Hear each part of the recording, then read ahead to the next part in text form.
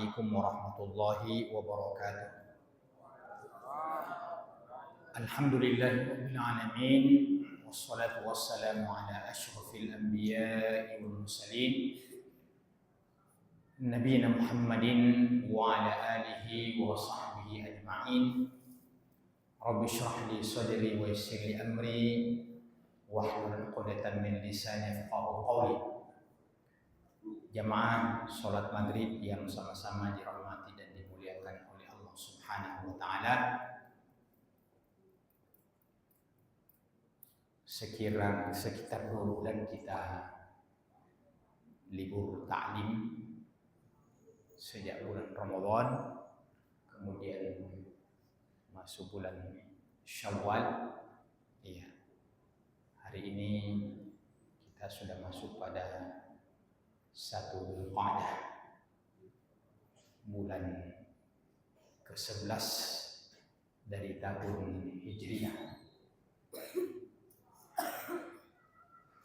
Dari bulan Ramadan, kemudian Syawal, kemudian sekarang kita berada di hari pertama di bulan Dzulqa'dah, kemudian berakhir dengan bulan Dzulhijjah.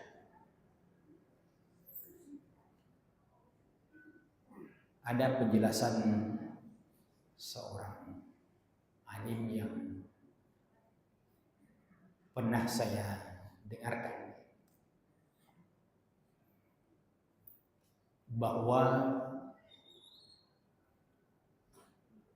ada persamaan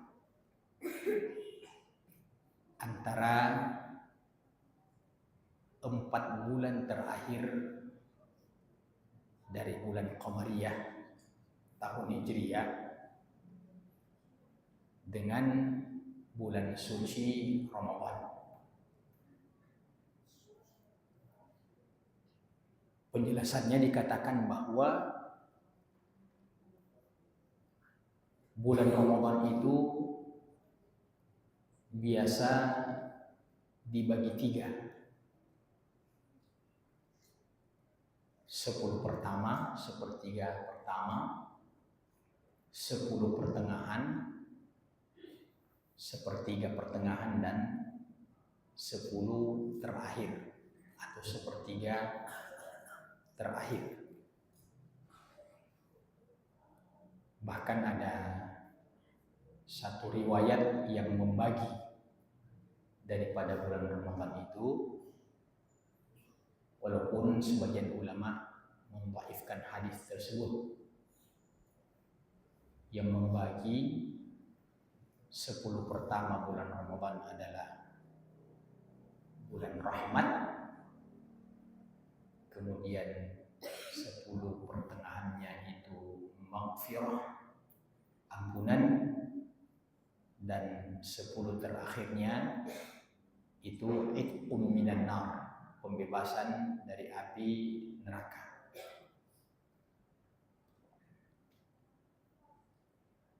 Apa sisi kemirip-miripannya antara bulan Ramadan dengan 4 bulan yang terakhir ini? Kalau bulan Ramadan, hari-hari yang paling istimewanya seperti yang kita telah ketahui, yaitu 10 terakhirnya. 10 terakhir dari bulan suci Ramadan yang merupakan hari-hari yang teristimewa, masih mengalahkan 2/3, maksudnya 20 hari sebelumnya.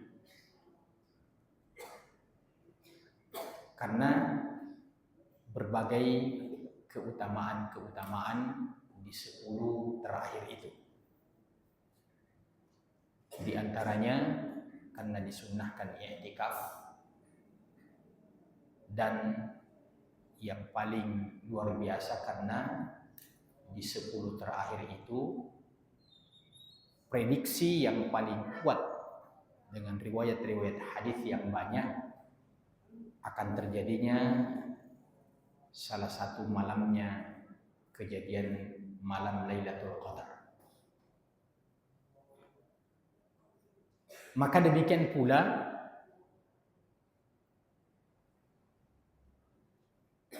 satu tahun Hijriah ini yang dimulai dari bulan Muharram dan ditutup dengan bulan Dzulhijjah, itu kalau seandainya kita mau bagi 3 juga, maka sepertiga pertamanya itu 4 bulan pertama. Muharram, Safar, Rabiul Awal, Rabiul Tsani. Kemudian Jumadal Ula, Jumadal Tsaniyah, Rajab, Sya'ban. Itu sepertiga pertengahannya. Kemudian sepertiga terakhirnya adalah dimulai dari bulan Ramadan, Syawal, Dzulqa'dah, Dzulhijjah. Nah, itu kemirip-miripannya. Satu bulan ini bisa dibagi 3. Kemudian satu tahun ini yang 12 bulan itu juga bisa dibagi 3. Maka jamaah sekalian, mungkin kita kaget kalau kita mendengarkan bahwa masih ada bulan yang lebih utama dibandingkan dengan bulan suci Ramadan. Mungkin kita akan kaget itu. Yang selama ini kita ketahui bahwa tidak ada lagi bulan yang dapat mengalahkan keutamaan bulan suci Ramadan. Maka kita bisa mengatakan masih ada bulan yang mengalahkan keutamaan bulan suci Ramadan. Yang mana itu jamaah sekalian? Ini 4 bulan terakhir. 4 bulan terakhir ini sepertiga terakhir daripada satu tahun ini yang mengalahkan bulan suci Ramadan. Karena kalau kita ingin membuat perbandingan keutamaannya, yang pertama dari 4 bulan ini termasuk di dalamnya bulan Ramadan itu sendiri. Jadi yang mengalahkan keutamaan bulan suci Ramadan itu adalah bulan Ramadan itu sendiri dan ditambah 3 bulan setelahnya, yaitu bulan Syawal, Dzulqa'dah, dan Dzulhijjah. Maka 4 bulan terakhir ini, seperti yang saya jelaskan tadi, yang saya pernah dengarkan dari salah seorang alim, itu diperumpamakan seperti sepertiga terakhirnya bulan suci Ramadan, seperti 10 terakhirnya bulan suci Ramadan. Maka sepertiga terakhirnya daripada bulan Qamariyah ini atau tahun Hijriah ini 4 bulan yang terakhir itu. Iya. Pertama jamaah sekalian, bulan Ramadan itu sendiri tidak ada yang dapat mengalahkan keutamaannya kalau dia dibandingkan dengan satu bulan yang 11 bulan itu. Tidak ada lagi yang dapat mengalahkan keutamaannya. Namun 4 bulan terakhir ini menjadi bulan yang teristimewa atau bulan-bulan yang teristimewa ketika dia menjadi satu paket sepertiga terakhir daripada satu tahun itu. Sepertiga terakhir daripada satu tahun itu.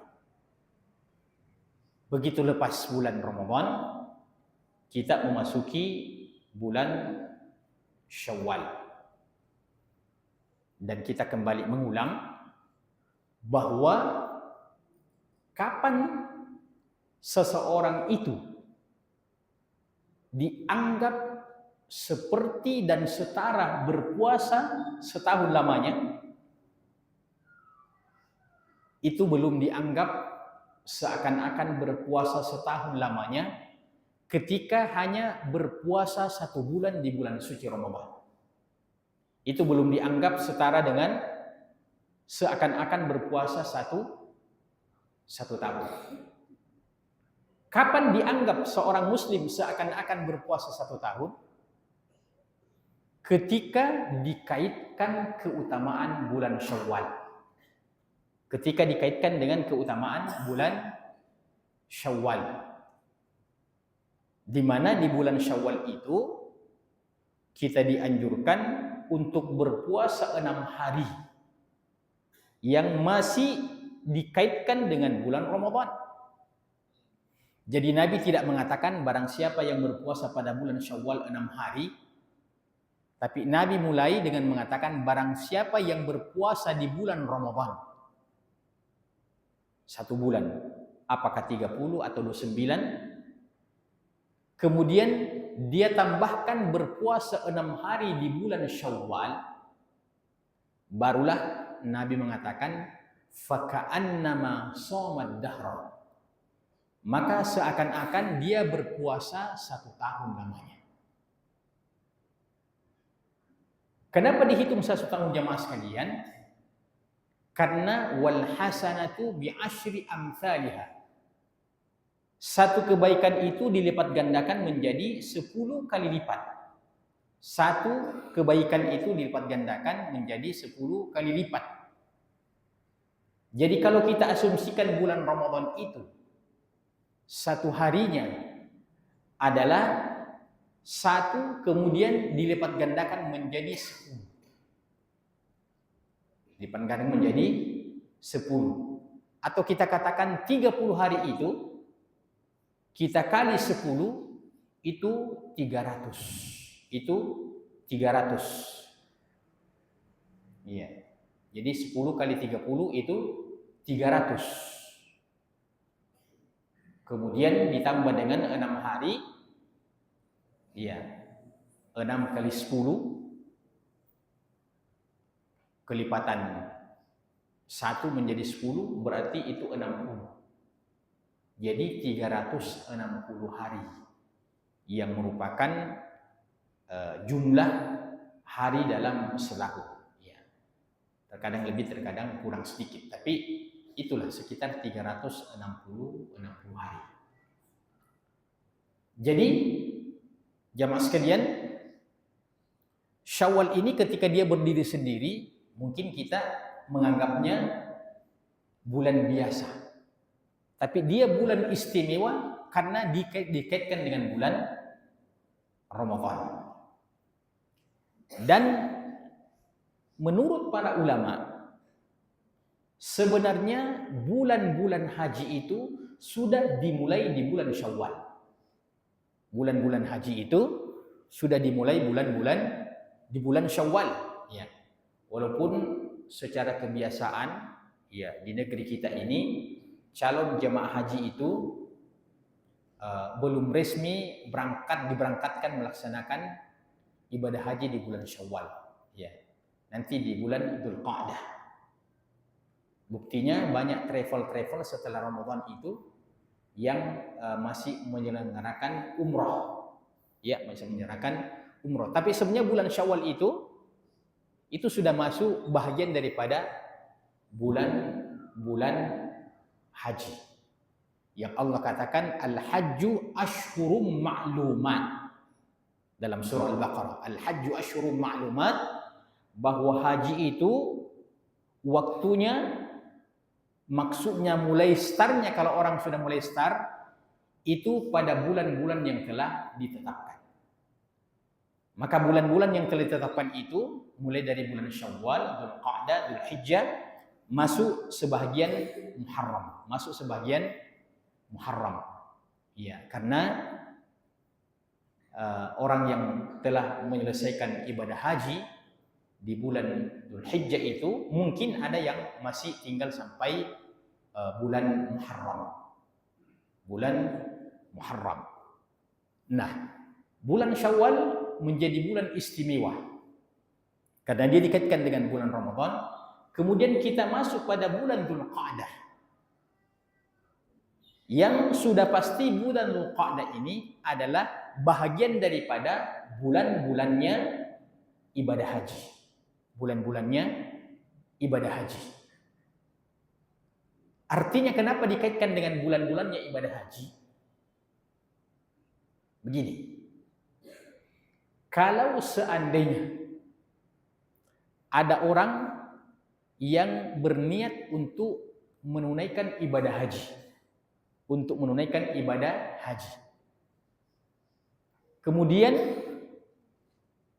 dia berangkat melaksanakan ibadah umroh, katakanlah di bulan Ramadan. Nah, katakanlah bahwa umroh yang dia lakukan ini adalah umroh yang dia mau satu paketkan dengan rentetan pelaksanaan ibadah haji. Maka umroh yang dia laksanakan di bulan Ramadan itu, dan dia meniatkan merupakan rangkaian daripada hajinya nanti, itu tidak terhitung sebagai umroh yang ada kaitannya dengan haji. Harus di bulan-bulan haji baru dia dikaitkan dengan rentetan proses pelaksanaan ibadah haji. Umpamanya ada orang yang umroh di bulan Ramadan. Umroh itu kan artinya simpelnya orang tawaf, orang sa'i, tahallul. Nah, itu saja. Jadi pakaian ihram dari miqat, kemudian sampai di Mekah tawaf, kemudian sa'i antara Safa dan Umrah. Kemudian setelah itu cukur rambut, tahallul, selesai. Itu sudah selesai. Dan andaikan orang ini mau melaksanakan ibadah haji, maka umroh yang baru saja dia laksanakan di bulan Ramadan itu tidak ada kaitannya dengan rangkaian ibadah haji. Tidak ada kaitannya dengan rangkaian ibadah haji. Tapi kalau seseorang melaksanakan umroh atau memulai berangkat dari negerinya masing-masing, ya, katakanlah dia mulai masuk, ya katakanlah akhir-akhir Syawal, ya, atau kita katakan masuk 1 Dzulqa'dah. Ya, katakanlah ada orang sekarang ini mungkin dari negeri-negeri yang lain yang berniat untuk berangkat ibadah haji dimulai pada 1 Dzulqa'dah. Maka ada 3 macam haji yang bisa dia pilih. Ada namanya haji tamattu', ada namanya haji ifrad, ada namanya haji qiran. Ya. Jadi kita sebutkan 2 yang sederhana. Haji tamattu' itu adalah haji yang dilakukan oleh seseorang yang berniat melaksanakan ibadah haji, di mana ketika dia sampai di sana dia melakukan umrah seperti umrahnya pada bulan-bulan yang lain. Ya, pada bulan-bulan yang lain. Kemudian dia tawaf, dia sa'i, kemudian dia tahallul, dan dia tinggal di Mekah menunggu sampai tibanya hari tarwiyah. Hari tarwiyah itu pada tanggal 8 Dzulhijjah. Pada tanggal 8 Dzulhijjah. Iya. Maka ketika tiba tanggal 8 Dzulhijjah itu, orang yang berniat untuk melaksanakan haji tamattu tadi ini, itu dia kembali berpakaian ihram. Ya, dari rumahnya saja, dari hotelnya. Dia kembali berpakaian ihram. Yang tadinya itu dia tahallul. Dia bisa pakai wangi-wangian, dia bisa potong kuku tadi.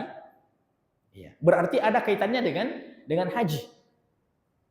Yang kedua adalah kalau seseorang itu memilih manasik yang kedua, namanya haji ifrad, yaitu sampai di sana, bedanya ifrad dengan tamattu, sampai di sana dia pakai ihram dari miqat, kemudian dia apa?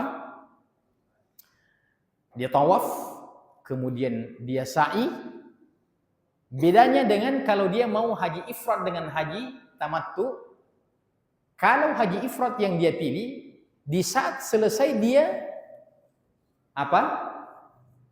Sa'i, dia tidak boleh tahallul. Dia tidak boleh tahallul. Dia tetap terus berada dalam keadaan ihram.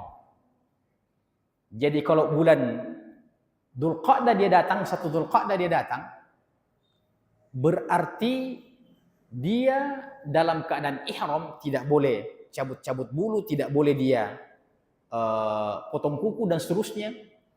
Ya, apalagi hubungan suami istri.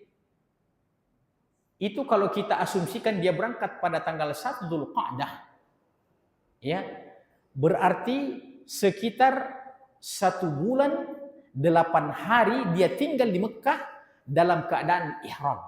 Dalam keadaan ihram, dia harus menjaga itu secara ketat, tidak boleh melakukan pelanggaran-pelanggaran. Ya. Tapi masing-masing dua manasik ini ada istilah kita ya, bukan syariat itu yang punya plus minus. Syariat itu plus semua, ya, tidak ada plus minusnya.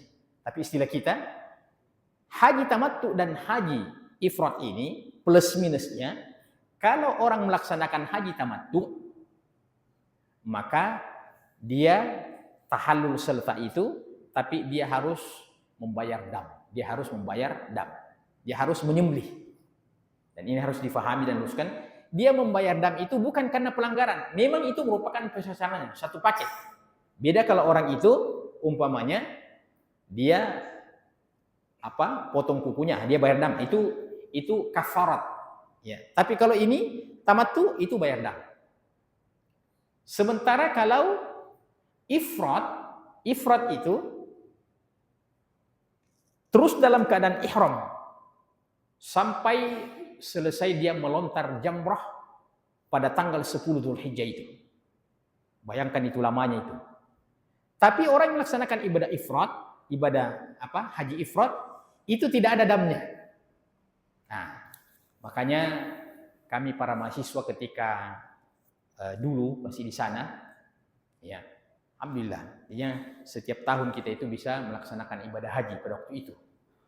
Nah, karena kita namanya mahasiswa Pak, ya kantongnya tipis, rata-rata kita pilih itu yang haji ifrad yang tidak ada menyembelihnya. Jadi kita bertahan, ya dekat-dekat tanggal 9, ya dari Madinah kan ke Mekah itu, ya katakanlah kita berangkat ya tanggal 6. Jadi sebentar kita bertahan memakai pakaian ihram. Ya.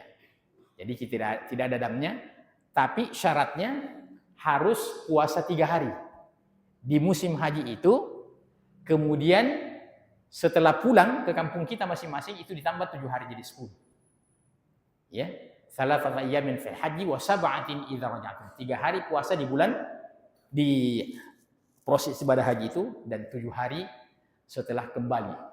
Sama kalau kita kembali ke negeri kita, ke Indonesia, yang memilih haji ifrad itu 3 hari di sana puasa.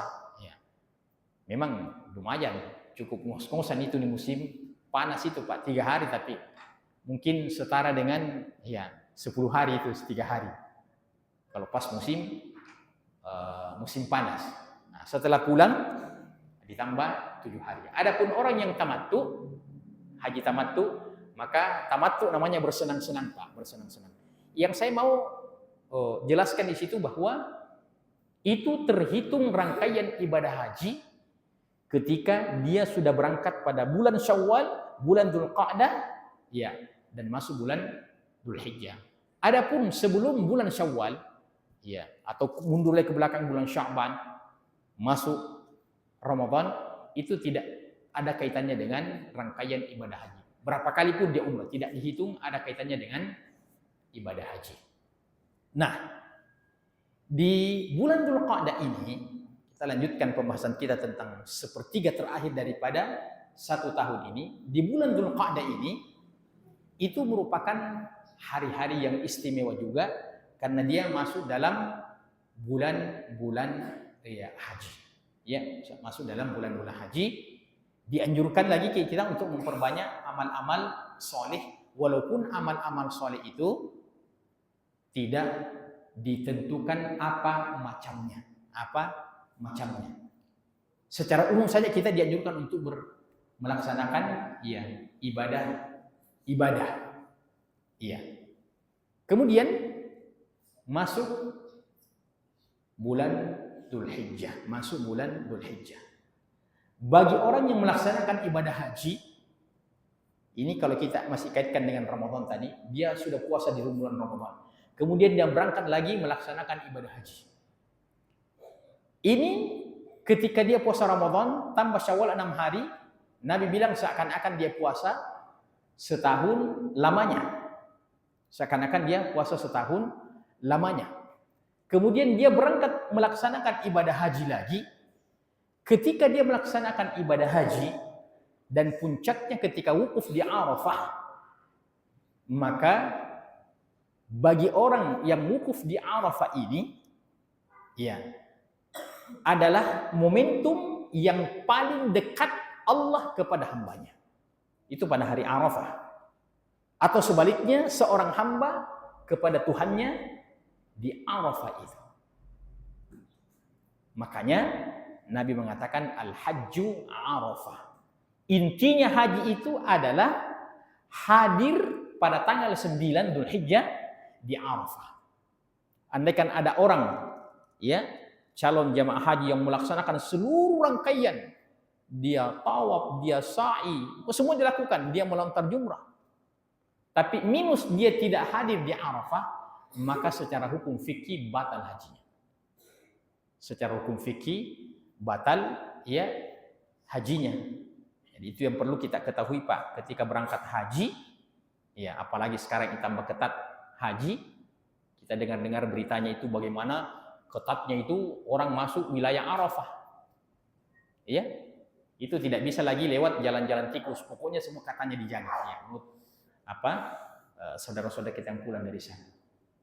Jangan sampai ada orang yang pergi wukuf, dia tidak masuk pada wilayah Arafah. Jadi mungkin petugas polisi tidak ketat karena memang bukan wilayah Arafah. Kemudian pulang-pulang merasa alhamdulillah kita sudah pulang haji. Padahal dia tidak wukuf di wilayah Arafah. Bahkan ada satu masjid di Arafah itu, setengahnya itu masuk Arafah, setengahnya tidak masuk Arafah. Nah, itu diingatkan di situ, ada garis di situ. Ini kan Arafah ini musim jutaan manusia berkumpul di situ semua. Jangan sampai ada orang yang pergi mencari tempat yang kosong-kosong di situ, ada yang kosong di situ, setengahnya di masjid di situ di Arafah. Nah, itu bukan Arafah itu. Tidak sah ketika di wilayah itu. Nah, bagaimana keutamaannya orang yang melaksanakan ibadah haji dan hajinya adalah haji yang makbul dan mabrur. Kata Nabi sallallahu alaihi wasallam, al-hajjul mabrur laisa lahu jazaa'un illa al-jannah. Jadi haji mabrur itu tidak ada balasan yang pantas terkecuali surga. Ini baru diantarai Syawal, Dzulqa'dah, Dzulhijjah. Ramadan yang baru saja berlalu itu merupakan bulan rahmat, bulan pengampunan, bulan pembebasan dari api neraka. Kalau itu kita kumpul itu, kita tidak bisa membayangkan bagaimana keutamaan orang ini. Dia juga yang memaksimalkan bulan Ramadan, dia juga orang yang melaksanakan ibadah haji, sehingga dijanji oleh Rasulullah, balasannya yang tepat bagi orang itu adalah surga. Al-hajjul mabruru laisa lahu jazaa'un illa al-jannah. Terus pertanyaannya jamaah sekalian, kan tidak semua orang Islam pergi berangkat ibadah haji. Tidak semua. Terus bagaimana kita ini yang tidak berangkat melaksanakan ibadah haji? Di mana letak keutamaan yang bisa kita dapatkan pada bulan-bulan haji itu, sementara kita tidak menginjak Mekah dan sekitarnya? Dengarkan hadis Nabi SAW. Ini bagi yang tidak menginjak Mekah. Dan ini bagi yang tidak melaksanakan ibadah haji. Apa kata Nabi sallallahu alaihi wasallam? Siyamu yaumi Arafah yukaffiru sanatain al-qabila wal madiyah. Puasa hari Arafah itu menghapuskan dosa setahun yang lalu dan setahun yang akan datang. Siapa yang dianjurkan untuk melaksanakan satu hari puasa itu pada hari Arafah?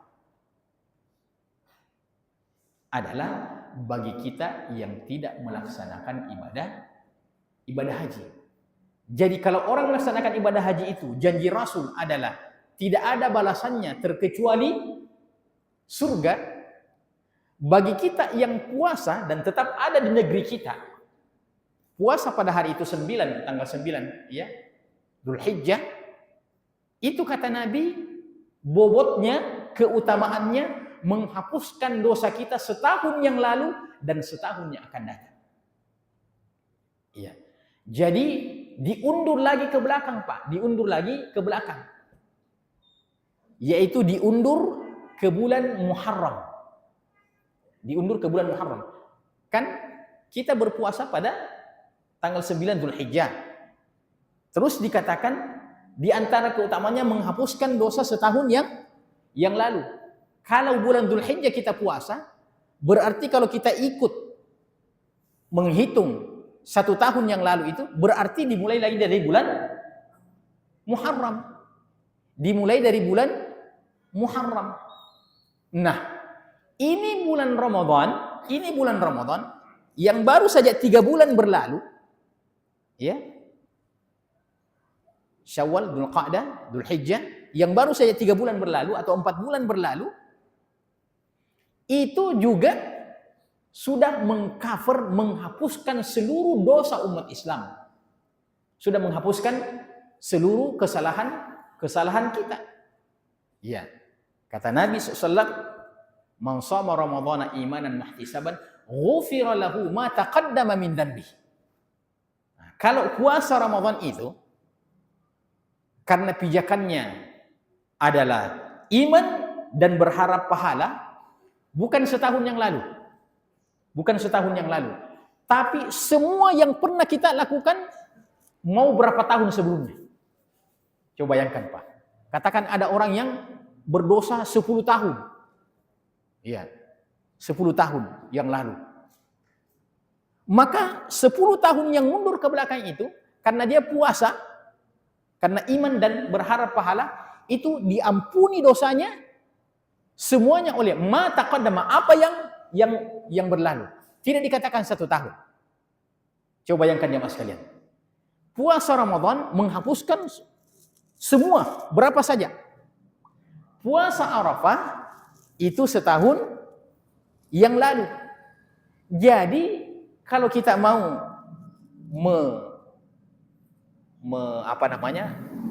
merenungkan ini, yang sudah diampuni lagi. Yang sudah diampuni lagi. Yang sudah bersih dibersihkan lagi. Nah, kira-kira kalau yang sudah bersih betul, standar bersihnya, kemudian dibersihkan lagi, apa gunanya kita mengulang membersihkan kalau bersihnya sudah standar?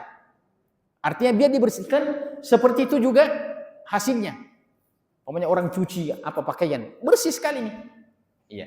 Masa kita mau cuci lagi nah sudah bersih, sudah disetrika?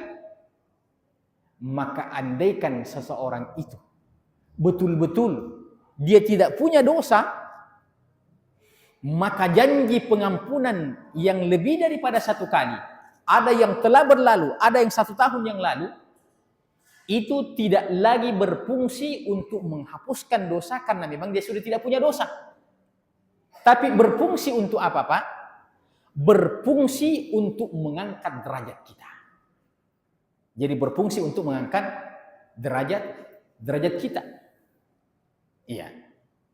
Jadi jangan umpamanya kita berpikir, buat apa saya mau puasa Arafah lagi, nah kan ini yang Ramadan yang lalu ini kan belum habis ini masanya ini. Kita puasa lagi. Makanya Nabi Shallallahu Alaihi Wasallam, karena beliau adalah orang yang maksum, setiap dia melakukan janji-janji pengampunan itu, bukan lagi diampuni dosanya beliau, akan tetapi diangkat derajatnya oleh Allah Subhanahu wa ta'ala. Analoginya jamaah sekalian, analoginya, pendekatannya, seperti kira-kira kalau ada orang, ya, dari awal bulan dia ngutang, ya, dia ngutang, kemudian pada akhir bulan dia bayar.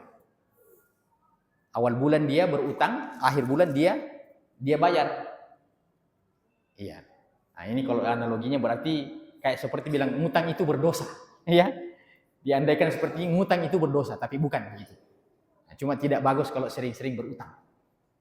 Nah, bagi orang yang pas-pas uangnya itu, Pak, itu cukup untuk membayar utang saja. Jadi akhir bulan memang dia terima gaji, tapi gaji ini cukup untuk membayar bonnya selama ini yang satu bulan itu. Ya. Maka bagi orang yang berdosa, kemudian beribadah, tidak ada tambahannya, itu mirip analoginya dengan orang yang cukup bayar utang. Apa istilahnya kita? Apa? Gali lubang, tutup lubang. Jadi orang yang pas-pas itu namanya gali lubang, tutup lubang. Nah, bagaimana caranya supaya kita ini tidak gali lubang tutup lubang? Artinya gaji kita, tunjangan kita itu jauh lebih besar dibandingkan dengan utang kita. Selama sebulan dia berutang, setiap hari ya 200.000 umpamanya. Berarti dalam sebulan 6 juta. Ya. Iya, 6 juta ya. Nah, kalau gaji 6 juta berarti itu gali lubang tutup lubang itu. Pas-pas. Ya. Bagaimana caranya supaya tidak gali lubang tutup lubang? Usahakan gaji lebih besar dibandingkan dengan utang kita. Usahakan gaji kita lebih besar dibandingkan dengan utang kita. Maka kalau ada orang yang dijanjikan diampuni dosanya, tapi kenyataannya memang dia menjaga diri dan tidak melakukan dosa kecuali sedikit, maka ini diperumpamakan orang yang punya gaji lipat sekian kali, ketika dia membayar utang masih lebih banyak sisanya dibandingkan dengan ya yang dia bayarkan utangnya. Itulah orang kaya, Pak. Orang kaya dia berutang tidak ada masalah, ya, tidak ada masalah. Begitu dia bayar masih lebih banyak saldonya yang tertinggal dibandingkan yang dia bayar. Nah, yang paling mengerikan ini, Pak, adalah yang utangnya terlalu banyak, tapi gajinya ini tidak mencukupi untuk membayar utangnya. Ini yang sangat kita sedihkan. Utangnya 6 juta, tapi gajinya cuma 5 juta. Berarti dia masih berutang. Ini masih berutang. Dan semua kita kaum muslimin ini, Pak, semua keadaan itu ada semua di barisan kaum muslimin. Ada yang memang ada gajinya, tapi tidak cukup untuk membayar utang. Tidak cukup untuk membayar utang. Ada yang pas-pas, ya. Ada yang bayar utang masih banyak saldonya. Ada lagi yang satu, Pak. Ada yang berutang terus tidak pernah bayar utang. Nah, itu yang paling parah itu, Pak. Ngutang terus, berdosa terus, tapi tidak pernah ada amal soleh. Jadi ini menumpuk, Pak. Ya. Kayak seperti utangnya negeri ini yang sudah menumpuk, ya. Yang sudah menumpuk katanya. Itu. Maka kita yang tidak melaksanakan ibadah haji dari bulan Ramadan itu ternyata kita tetap memiliki keutamaan-keutamaan 4 bulan terakhir itu. Diampuni dosa kita setahun yang lalu dan diampuni dosa kita setahun yang akan datang. Iya. Bagi kita yang mau melaksanakan ibadah kurban, bagi kita yang mau melaksanakan ibadah kurban, bukankah Nabi Shallallahu Alaihi Wasallam mengatakan, barang siapa yang berniat untuk berkurban pada bulan Dzulhijjah itu, ya, pada hari Idul Adha dan 3 hari setelahnya hari-hari tasyrik, maka janganlah dia mencabut rambutnya, memotong kukunya, ya, tidak boleh cabut-cabut bulu. Itu identik dengan orang yang ihram, Pak. Ya, yang tidak boleh potong kuku, tidak boleh cabut-cabut bulu, ya, tidak boleh cukur, itu bagi orang yang ihram. Ya. Tapi ternyata bagi kita yang tidak melaksanakan ibadah haji, akan tetapi kita punya niat untuk melaksanakan ibadah kurban, maka mulai tanggal 1 Dzulhijjah itu sudah tidak boleh lagi kita menggampang-gampangkan cabut-cabut rambut, potong kuku, ya, tidak boleh. Ya. Nah, kalau demikian selalu ada kompensasinya. Jadi orang yang tidak melaksanakan ibadah haji itu dianjurkan dia untuk mengambil filosofinya, nuansanya orang yang ihram. Jadi apalagi kita yang belum haji, Pak. Ya belum haji, weh, masya Allah, orang sudah berangkat haji. Namanya mengkodong ini saya mau haji, belum bisa. Ya, ternyata ketika kita kurban itu ada semacam hiburan di situ. Kita dimirip-miripkan dengan orang yang sementara ihram. Ya, bukan ihram ya, tapi mirip-mirip dengan ibadah ihram. Sehingga bisa kita mengatakan di satu sisi orang yang melaksanakan ibadah haji ada yang luput darinya, yaitu tidak perlu mereka puasa hari Arafah. Jadi orang yang sementara wukuf di Arafah melaksanakan ibadah haji itu tidak disunnahkan mereka untuk berpuasa. Ya. Dan inilah keadilan agama kita. Inilah pertengahan agama kita. Ya. Bagaimana kalau orang di Arafah itu apalagi di musim panas, Pak? Ya.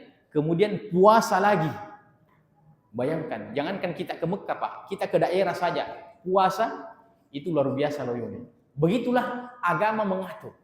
Yang ibadah yang melaksanakan ibadah haji tidak perlu puasa. Anda mendapatkan keutamaan, yaitu laisa lahu jazaun illal jannah. Bagi yang tidak berangkat melaksanakan ibadah haji, ya memang Anda tidak wukuf di Arafah, tapi ada satu amalan, yaitu berpuasa pada satu hari itu, yukaffirus sanatal madiyah wal baqiyah, menghapuskan dosa setahun yang lalu dan setahun yang akan datang. Ulama menjelaskan lagi keutamaan tentang puasa Arafah ini. Mereka mengatakan Arafah itu ada yang mengatakan, nah ini sudah interpretasi, ada yang mengatakan terutama dosa-dosa kecil, terutama dosa-dosa kecil yang hampir kita ini bisa dikatakan tidak ada di antara kita yang 100% bisa menjaga daripada dosa-dosa kecil. Apa contohnya dosa kecil, Pak? Dosa mata, dosa pendengaran, dosa mulut. Ya. Jadi melihat perempuan yang bukan mahram kita, apalagi yang masih muda-muda itu, Pak, itu dosa. Itu dosa. Iya. Buka YouTube, ya. Kita mau buka YouTube, ya. Kampanye di situ. Kadang-kadang yang lewat, Pak, kita mau lihat ceramahnya si bulan, akhirnya kita mau lihat ceramah, tiba-tiba ada yang menarik, iya. Akhirnya kita berlama-lama di situ. Nah itu, ya hati-hati, Pak, itu sudah berjalan itu dosanya, ya. Hati-hati, ada iklan-iklan apa, ya. Pokoknya cepat diganti saja, ya. Jangan berlama-lama di situ. Akhirnya ketagihan, tidak buka lagi. Ya. Nah itu dosa-dosa terutama ya dalam keseharian kita ini. Maka as-salawatul khams, salat lima, wal jumu'ah ila jumu'ah, dari Jumat ke Jumat pekan, wa Ramadan ila Ramadan, dari Ramadan ke Ramadan, mukaffiratun lima bainahunna ila istudil kabair. Ini dari waktu salat lima waktu. Antaranya di situ kita bisa berdosa. Antaranya dari Isya, dari Maghrib ke Isya, dari Isya ke Subuh. Di situ antaranya. Iya. Kemudian wal Jum'atul Jumat, dari Jumat ke Jumat berikutnya. Nah, kita melaksanakan sholat Jumat. Jumat ini, Jumat berikutnya. Wa Ramadan ila Ramadan, dari Ramadan ke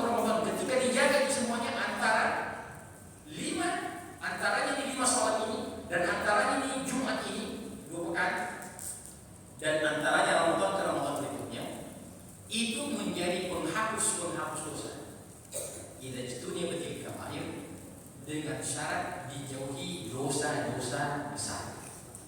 Dengan syarat dijauhi dosa-dosa ya besar. Jadi kita istighfar itu peruntungannya untuk dosa-dosa ya kecil. Kita melihat, kita mendengar ya, ketika kita mengatakan astagfirullah, tapi harus betul-betul istighfarnya itu ya betul-betul sejalan bahwa dia adalah orang yang menyesal. Ya, jangan katakan astagfirullah tetapi dia lihat astagfirullah. Nah, itu namanya memperbaikkan istighfar. Lebih baik tidak usah istighfar kalau begitu, Pak. Karena itu memperbaikkan ya zikir dalam ya Islam. Yang kedua dan yang terakhir sekalian sudah masuk waktu, itu ulama yang mengatakan bahwa yang dimaksud dengan dosa yang diampuni adalah seluruh dosa tanpa kecuali. Kenapa kita mau menyempitkan sesuatu yang luas kata mereka? Apa yang luas itu? Yang luas itu kan ampunan Allah. Ampunan itu luas. Kenapa katanya kita mau mengatakan dosa-dosa kecil saja yang diampuni? Insya Allah kita berbaik sangka kepada Allah bahwa dengan ibadah itu kita berharap betul-betul dosa kita diampuni Allah, baik yang kecil maupun yang besar. Sehingga sebagai kesimpulan, 4 bulan terakhir ini adalah bulan-bulan yang istimewa, dan kita di bulan Dzulqa'dah ini tetap berada di bulan-bulan yang istimewa. Seakan-akan 8 bulan yang lalu itu, mulai dari bulan Muharram sampai Sya'ban sebelum masuk bulan Ramadan, disinilah mungkin orang banyak berdosa. Dari bulan Muharram sampai bulan Sya'ban. Begitu masuk Ramadan, disinilah waktunya untuk memutihkan itu semuanya.